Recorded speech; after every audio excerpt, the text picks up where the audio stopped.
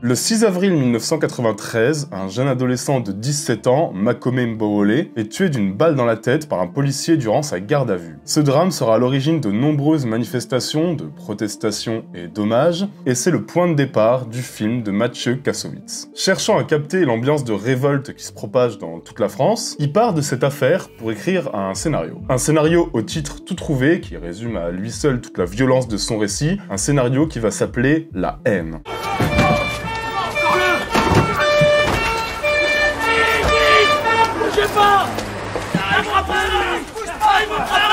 Kassovitz va avoir pas mal de soutien en fait pour son film, des diffuseurs, des distributeurs, qui lui permet quand même de concentrer 15 millions de francs. C'est presque 3,5 millions €, c'est quand même vraiment pas mal. Hein. Le casting se lance, un casting de 3 acteurs principaux, Vincent Cassel, Hubert Koundé et Saïd Taghmaoui, autour desquels gravitent beaucoup de second rôles et même de figurants qui eux ne sont absolument pas acteurs, qui sont juste des gens qui ont été choisis lors d'un casting sauvage dans une cité. Et à peu près dans le même esprit, le tournage va se lancer très vite, il va se dérouler de septembre à novembre 1994, à peine un an après l'affaire et quasi intégralement dans une cité des Yvelines. Qu'est-ce que tu fais, toi? C'est quoi? Mais qu'est-ce que t'es foutu? On a des cadavres! Un tournage assez particulier qui est pensé pour coller au plus près à la réalité, ce qui implique, par exemple, que Kassovitz s'interdit plus de 4 prises par plan, ou encore ce qui implique que les acteurs passent plusieurs semaines à dormir sur les lieux du tournage pour crédibiliser leurs réactions et leur rapport au reste des habitants de la cité. Mais bon, ça va le faire, et après des premières projections presse en mars 1995, La haine est prêt à être montré au public, au Festival de Cannes quand même. La projection aura lieu le 27 mai 1995, et la réaction sera assez évocatrice de ce qui va se passer avec le film. Standing ovation, prix de la mise en scène, bon alors clairement La haine commence très bien, et on sent qu'il y a une espèce de petite bombe qui s'apprête à déverser sur le cinéma français.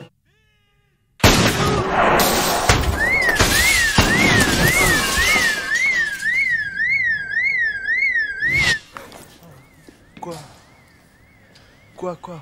Ça se confirmera aussi bien en termes de box-office qu'en termes de réception critique. La haine va attirer 2 millions de spectateurs dans les salles et surtout va faire beaucoup de bruit, avec des critiques souvent très positives, mais aussi des réactions très fortes. Ça arrivait plus d'une fois par exemple que lors d'une diffusion du film dans des cités en France, Kassovitz soit juste rejeté en fait, soit accusé d'apporter un regard très bobo, très déconnecté sur le quotidien des cités, de les caricaturer, d'être très manichéen et surtout d'être très simpliste sur des problèmes plus ambigus et plus larges que ce qui monte dans le film. Et ça, clairement, ce genre de réaction, je les entends, parce que La haine a beau avoir beaucoup de qualités, des qualités que j'ai jamais retrouvées dans d'autres films de la carrière de Kassovitz après La haine, soit dit en passant, exception faite d'un film, on va y revenir, autant La haine, il peut m'agacer sur certains points. S'il vous plaît, commencez pas sur ce registre, il y a la famille présente. Allez, essayez de respecter leur tranquillité, s'il vous plaît. Et vous êtes sûr que vous empêchez les bonnes personnes d'entrer? Vous pouvez pas rester là, s'il vous plaît, restez pas là, s'il vous plaît. Restez, En dehors du trio principal qui joue hyper bien, moi je trouve la direction d'acteur mais complètement aux fraises quoi. Et cette sensation elle est accentuée par un récit qui aurait gagné à être largement plus viscéral. Parce que moi je trouve que le souci principal c'est putain, Kassovitz en fait des caisses pour pas grand chose quoi. J'ai l'impression que chaque scène qu'il filme, il la filme en se disant waouh putain je suis tellement subversif, ça va tellement devenir culte. Alors que bon, en vrai je trouve que c'est quand même assez inoffensif cinématographiquement quoi. Je veux dire en fait en découvrant La haine, je m'attendais à avoir une déflagration quoi, vraiment un grand film, une grosse proposition de cinéma, comme j'ai pu l'avoir par exemple avec Les Misérables, que j'ai largement préféré. Là, je trouve presque le film un peu poseur, et donc, logiquement, beaucoup moins puissant qu'il n'aurait pu et qu'il n'aurait dû l'être.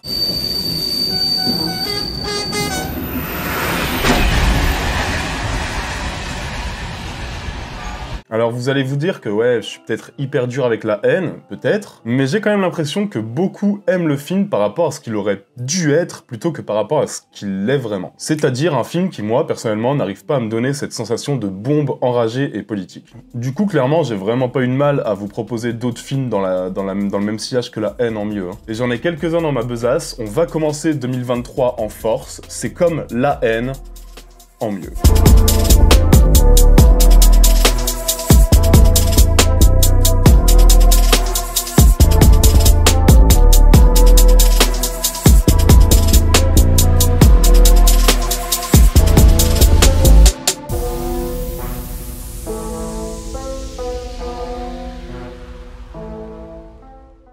Mais juste avant de vous parler de ces grands films, petite minute sponsor avec les sponsors habituels et historiques de cette chaîne, YFood. Vous savez, ce sponsor qui a suivi cette chaîne durant toute l'année 2022, eh ben on rempile pour l'année 2023 et ça me fait extrêmement plaisir puisque c'est grâce à eux qu'Intercut continue à vivre et que du coup mon activité principale puisse rester celle d'un gogol asocial qui passe sa semaine à regarder des films austro-hongrois pour ensuite en parler comme un con devant sa caméra. Donc peut-être qu'on peut juste commencer le sponsoring, non ?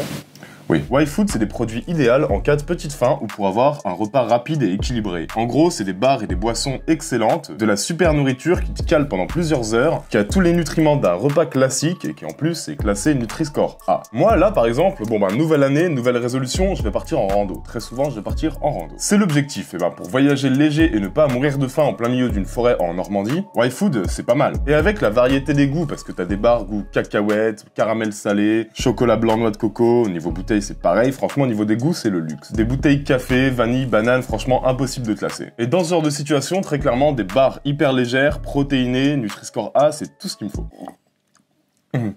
Je bois ça comme je bois les larmes des rageux fans de Kassovitz qui vont m'insulter en voyant le titre de cette vidéo. Merci beaucoup à YFood qui soutient la chaîne depuis hyper longtemps et qui est un super sponsor avec des super produits. Grâce au code qui s'affiche ici, Intercut YouTube, vous allez avoir 10% de réduction sur le pack découverte ou sur les bars, plus la livraison du pack découverte qui est offerte en Belgique ou en France. Le lien est dans la description, merci beaucoup à eux, nous on se replonge dans la vidéo. Ok, alors on va commencer par un film dont on parle très peu et j'ai un peu de mal à comprendre pourquoi. Parce que vraiment pour moi c'est un des meilleurs représentants de son genre. C'est un premier film qui est sorti 1 an avant La Haine, qui est une pépite et qui s'appelle Fresh.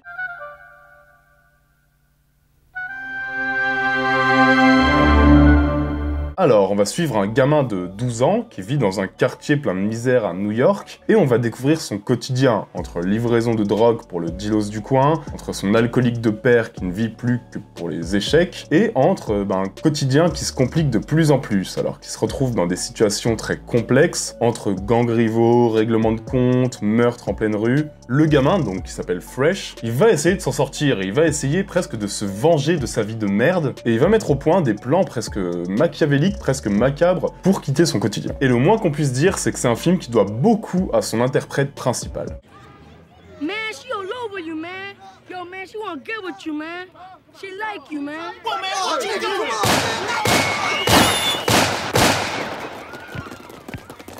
Ce film, c'est un vrai thriller à hauteur d'enfant, parce que vraiment, du début à la fin, il adopte le point de vue d'un gosse de A à Z, et je trouve que c'est une idée géniale, et je trouve que c'est une idée qui n'est possible que parce que le gamin est exceptionnel dans ce rôle. Franchement, j'ai rarement été aussi impressionné par le jeu d'un gosse. Je partais avec quelques craintes, parce que diriger un enfant et faire peser tout un film sur ses épaules, c'est quand même assez risqué, et franchement, le film les a effacés en quelques minutes. Et surtout, le film est tout entier dédié au regard du gosse. On n'est pas sur un gamin qui cherche à jouer à l'adulte, on est sur un gamin, point, tout court. Un gamin qui est plongé dans l'enfer des descentes de police, du trafic de drogue, d'une cité dangereuse où l'insouciance est juste impossible. Et Fresh le sait bien et il va se révéler presque dangereux, il va se révéler tout aussi impitoyable que l'univers dans lequel il évolue, aussi impitoyable que ne peuvent l'être les adultes en face de lui en fait. Ce point de vue, je trouve qu'il est extrêmement juste. Tout sonne vrai, tout est crédible et croyez-moi, ça rend le film extrêmement puissant.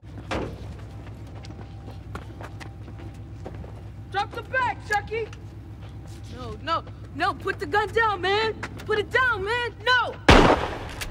Et pourtant, les gars, c'était pas gagné, hein, parce que si je me plaignais des clichés de La Haine, clairement, le film en a aussi, mais il parvient à jouer avec ça. On y retrouve les éléments habituels des films sur la misère en banlieue, que ce soit par les péripéties ou par les personnages, mais en fait, cette mise en scène d'enfant, ce regard presque novateur porté sur tout ça, et surtout la caractérisation du gosse qui devient presque une sorte de monstre vengeur dans son ghetto, un monstre manipulateur de 12 ans à peine, je trouve que c'est vraiment osé dans la caractérisation du gosse de partir là-dessus. Hein. Non, vraiment, on est sur un film sensible, hyper bien interprété, et j'ai pas encore parlé du personnage du père, qui est une sorte de clochard magnifique, interprété par Samuel L. Jackson, qui concentre dans ce personnage à peu près tout le côté tragique du film, comme une projection future de ce que le gosse pourrait devenir s'il prenait le mauvais chemin et s'il faisait les mauvais choix. Et tout le long du film, il est vraiment à ça de faire le mauvais choix. Franchement, c'est un sacré film, et je voulais commencer par celui-ci, vous pouvez vous régaler avec ce film.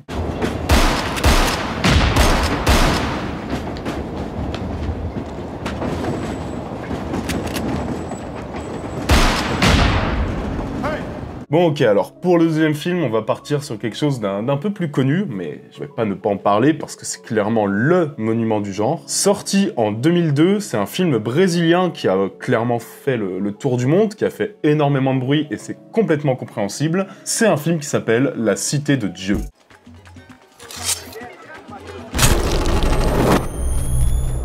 Cette fois, on est sur un récit de grande ampleur qui s'étale sur plusieurs décennies dans une des banlieues les plus dangereuses de Rio de Janeiro. Un récit qui s'étale des années 60 aux années 80. Violence, crimes, drogue, guerre, tout ça nous est raconté par un narrateur. Donc ça veut dire voix off, et vous le savez, moi, la voix off dans un film, si c'est bien utilisé, j'adore. Et ici, on est plutôt sur une fresque violente, une fresque dure, une fresque où je retrouve en fait tout ce que j'espérais avoir avec la haine et que je n'ai pas eu. C'est-à-dire une bombe en fait, un vrai film enragé qui va te prendre aux tripes quoi. Ele se diverte, eu vou ficar louco.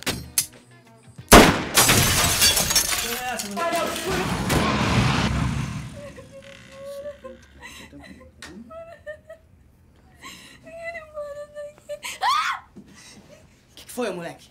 Teu amigo já levou tudo? Tá querendo o quê, moleque?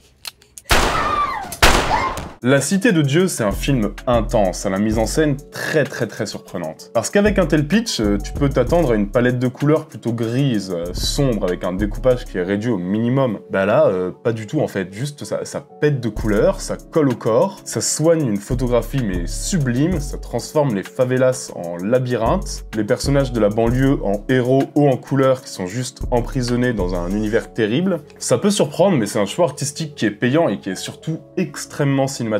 Chaque plan est un parti pris.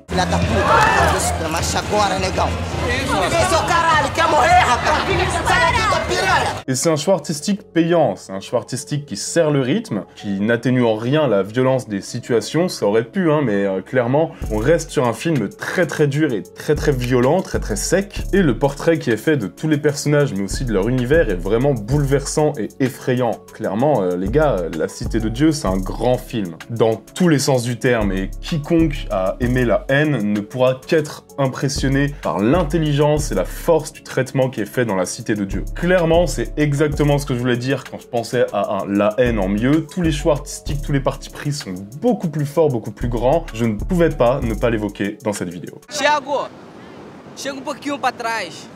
Tá bom aqui? Tá ótimo.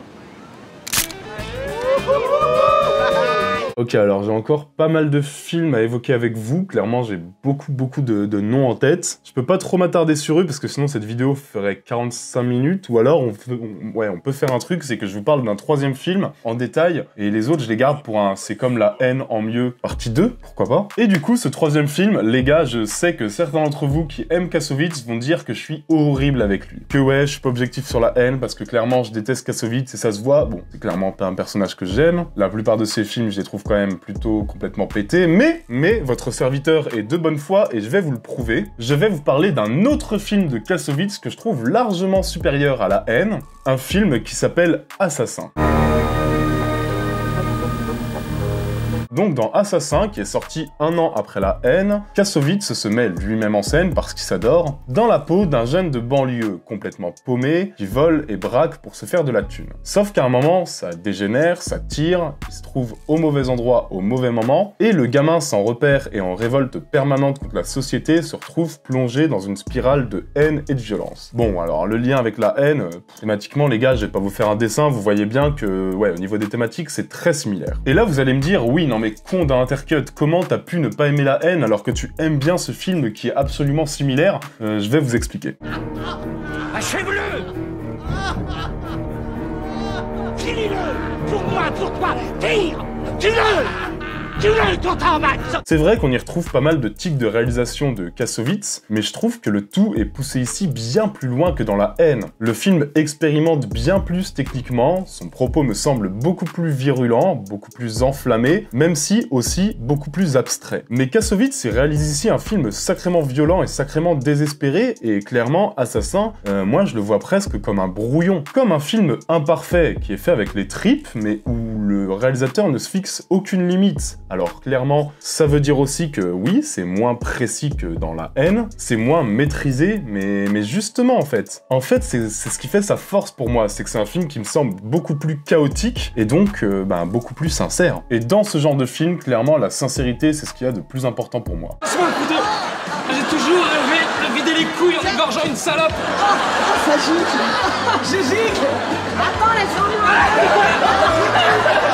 Assassin, c'est pas un film agréable, c'est pas un film plaisant à voir, et c'est pas un film qui a vocation à l'être. Assassin, c'est un film qui ose ne pas être agréable, et ça, clairement, c'est fort. Et ça permet de passer par-dessus un récit qui est parfois brouillon, par-dessus un Michel Serrault qui n'a clairement pas son meilleur rôle, mais je trouve que chaque péripétie, chaque personnage, en fait, qui symbolise chacun une représentation de la jeunesse selon Kassovitz, c'est comme un doigt d'honneur dans ce film, c'est comme une sorte de crachat à la misère, à l'ennui, à la lassitude. C'est un film enragé et c'est ce qu'aurait dû être La Haine pour moi. Donc oui, clairement, Assassin meilleur que La Haine, les gars, ça se discute. Mais pour toutes les raisons que j'ai citées, en tout cas pour moi c'est un film qui est beaucoup plus vrai, beaucoup plus sincère et donc que j'ai largement apprécié.